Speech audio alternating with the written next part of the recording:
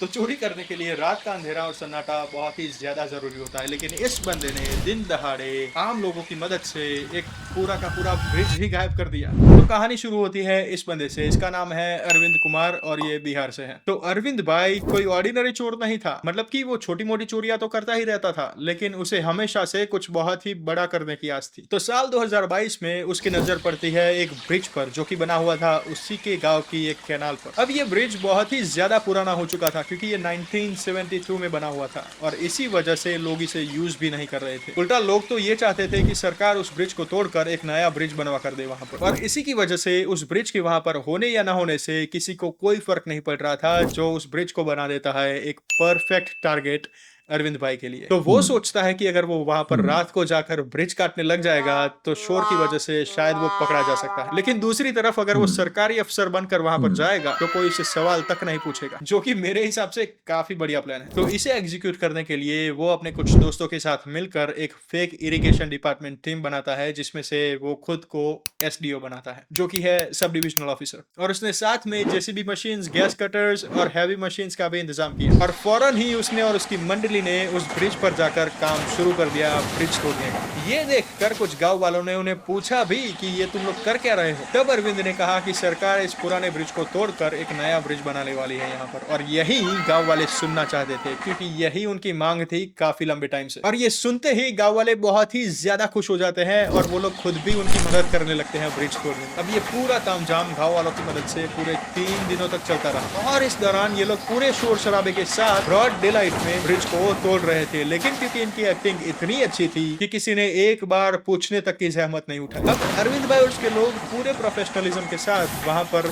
काम करते हैं, ब्रिज को तोड़ते हैं, उसे ट्रक में लाद कर वहां से निकल जाते हैं। ये सब करने के बाद उन्होंने उस तोड़े हुए ब्रिज से पूरा 500 टन लोहा निकाल लिया, जो कि बहुत ही ज्यादा और उस लोहे के उन्हें बहुत ही अच्छे खासे पैसे भी मिले थे। और अब अरविंद भाई और उसकी गैंग बहुत ही ज्यादा खुश थी और मालामाल भी थी।